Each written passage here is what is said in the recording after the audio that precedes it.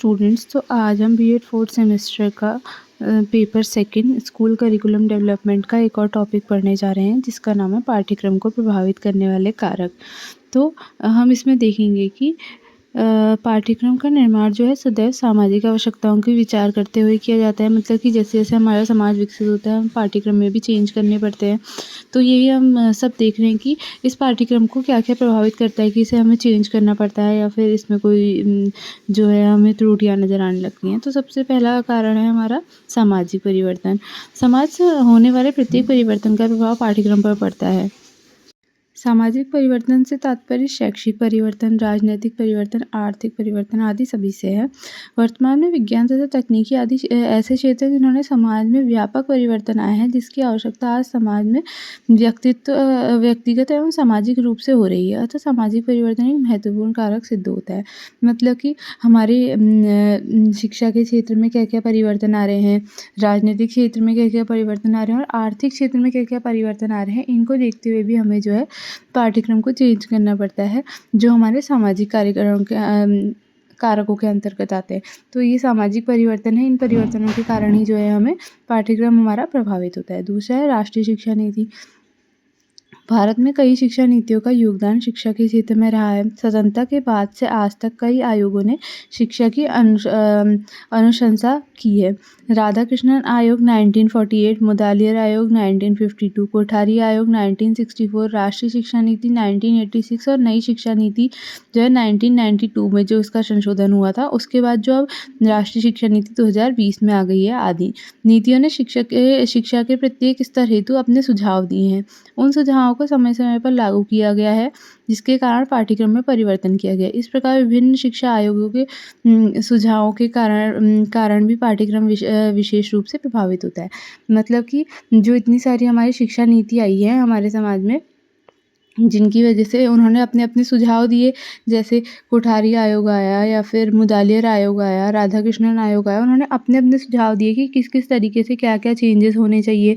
किसी ने कहा 10+2 होना चाहिए, किसी ने कहा 8+4+3 होना चाहिए। इस तरीके से जो है सबने अपने अपने वो बताया कि किसी ने माध्यमिक शिक्षा के स्तर के बारे में बताया, किसी ने प्राथमिक, माध्यमिक और उच्च शिक्षा सबके बारे में बताया, किसी ने कहा विज्ञान को जोड़ना चाहिए। तो इस तरीके से जो शिक्षा नीतियों ने सारे आयोगों ने या फिर सारी शिक्षा नीतियों ने जो है अपने अपने सुझाव दिए, उस हिसाब से भी जो है हमारे जो है पाठ्यक्रम में चेंज किया गया। तो अब थर्ड है हमारा पाठ्यक्रम निर्माण समिति। पाठ्यक्रम का निर्माण पाठ्यक्रम निर्माण समिति के द्वारा किया जाता है। इन समितियों के द्वारा ही पाठ्यक्रम में आवश्यक एवं उपयोगी पाठ्य वस्तुओं का संगठन किया जाता है। पाठ्यक्रम निर्माण समिति के जो सदस्यों की रुचियों, मानसिकता तथा दृष्टिकोण का प्रभाव भी पाठ्यक्रम पर पड़ता है। अतः कई बार तो ऐसे पाठ्य वस्तु रखी जाती हैं जिसका तार्किक रूप से उपयोग ही नहीं होता।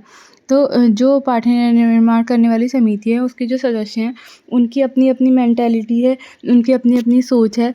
वो भी अलग रूप से सोचते हैं कि किस तरीके से हमें क्या क्या जोड़ना चाहिए, क्योंकि हम सब लोगों के में देखते हैं कि हर इंडिविजुअल पर्सन की जो है अपनी अपनी पर्सनैलिटी है, अपनी अपनी सोच है। हर दूसरा इंसान जो है पहले से अलग चीज़ सोचता है। तो उसमें भी सदस्य जितने हैं उनकी भी सबकी अपनी अपनी सोच है। तो उसके हिसाब से भी कई बार तो ऐसा हो जाता है कि जो पाठ्य वस्तु की आवश्यकता ही नहीं है, उसे भी हम पाठ्यक्रम में जोड़ देते हैं।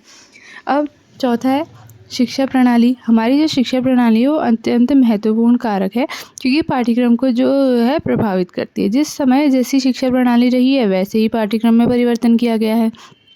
तो जैसी शिक्षा प्रणाली होगी वैसा ही पाठ्यक्रम हमें भी बदलना पड़ेगा। पाँचवा है हमारी परीक्षा प्रणाली। परीक्षा प्रणाली भी पाठ्यक्रम को प्रभावित करती है। परीक्षा प्रणाली का स्वरूप कभी निबंधात्मक होता है तो कभी वस्तुनिष्ठ होता है। मतलब कि परीक्षा प्रणाली कैसे, कभी तो हम कोई पेपर हमारा ऑब्जेक्टिव टाइप होता है केवल, और कोई होता है जिसमें हमें पूरा विस्तार से लिखना होता है। किसी में तो हमें सिर्फ टिक मार्क करने के लिए आते हैं ना, लेकिन किसी किसी परीक्षा में जो है हमें पूरा उसको एक्सप्लेन करना होता है पॉइंट वाइज, और जो है इस तरीके से जो है परीक्षा प्रणाली भी जो है हमारे पाठ्यक्रम को प्रभावित करती है। अब छठा है शासकीय नीतियाँ। शासन जिस प्रकार से परिवर्तित होता रहता है उसी के अनुसार जो है पाठ्यक्रम में परिवर्तन आते रहता है। जैसे कि जो 1986 में जो है हमारी शिक्षा नीति लागू हुई थी, उसमें जब बीच में मोरारजी देसाई जो है हमारे प्रधानमंत्री बने थे, तो उन्होंने जो है 10+2+3 की नीति दी थी। लेकिन उसके बाद जब इंदिरा गांधी की सरकार आई, तो वो हमारी प्रधानमंत्री जब बनी, तो उन्होंने फिर से जो है 8+4+3 दे दिया।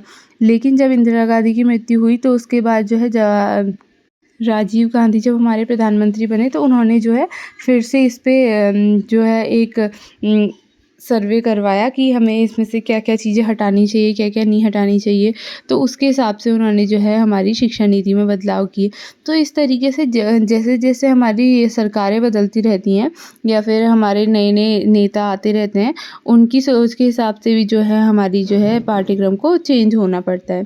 तो आधुनिक विचारधारा है अगला हमारा टॉपिक, जो है वर्तमान युग जो है आधुनिक युग कहलाता है। आधुनिक युग में विचारधारा में भी परिवर्तन आए हैं। जैसे वर्तमान में महिला शिक्षा को प्रोत्साहन मिला है, अतः पाठ्यक्रम में महिलाओं के लिए उपयोगी पाठ्य वस्तु को सम्मिलित किया जा रहा है। आधुनिक समय में विज्ञान एवं तकनीकी को भी विशेष स्थान दिया जा रहा है। अंतर्राष्ट्रीय संबंधों के महत्व को जो है पाठ्यक्रम के मध्य से बालकों को प्रदान किया जाता है। तो जो है आधुनिक विचारधारा जिस काल में जैसी विचारधारा चलती है, उस काल के हिसाब से जो है पाठ्यक्रम को वैसे चेंज करना पड़ता है। जैसे अभी इसमें बताया है कि जो वर्तमान में क्या है, महिला शिक्षा को प्रोत्साहन मिल रहा है, तो पाठ्यक्रम में हमें वैसी विषय वस्तु को भी सम्मिलित करना जो है आवश्यक हो गया है। तो जो है विचारधारा भी एक महत्वपूर्ण जो है रोल निभाती है हमारे किसमें, पाठ्यक्रम पे। और 8वां क्या है, आर्थिक परिवर्तन। देश में होने वाले आर्थिक परिवर्तन भी पाठ्यक्रम को प्रभावित करते हैं। जैसे देश की पंचवर्षीय योजना में होने वाले खर्च, व्यावसायिक स्वरूप, देश की अर्थव्यवस्था की जानकारी भी जो है पाठ्यक्रम में सम्मिलित की जाती है। देश की अर्थव्यवस्था भी परिवर्तनशील रहती है।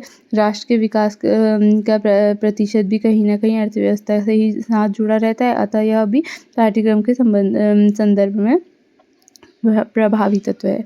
तो हमने क्या देखा कि हमारे राष्ट्र की जो है आर्थिक व्यवस्था जैसी होगी, उसके हिसाब से भी हमारे पाठ्यक्रम पे जो है प्रभाव पड़ता है। अब लास्ट में इसमें दिया है कि हमें कौन-कौन सी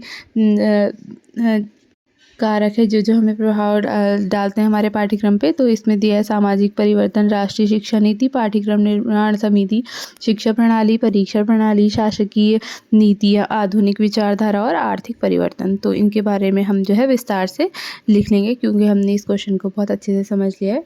तो इसी तरीके के टॉपिक्स के लिए लाइक, शेयर एंड सब्सक्राइब।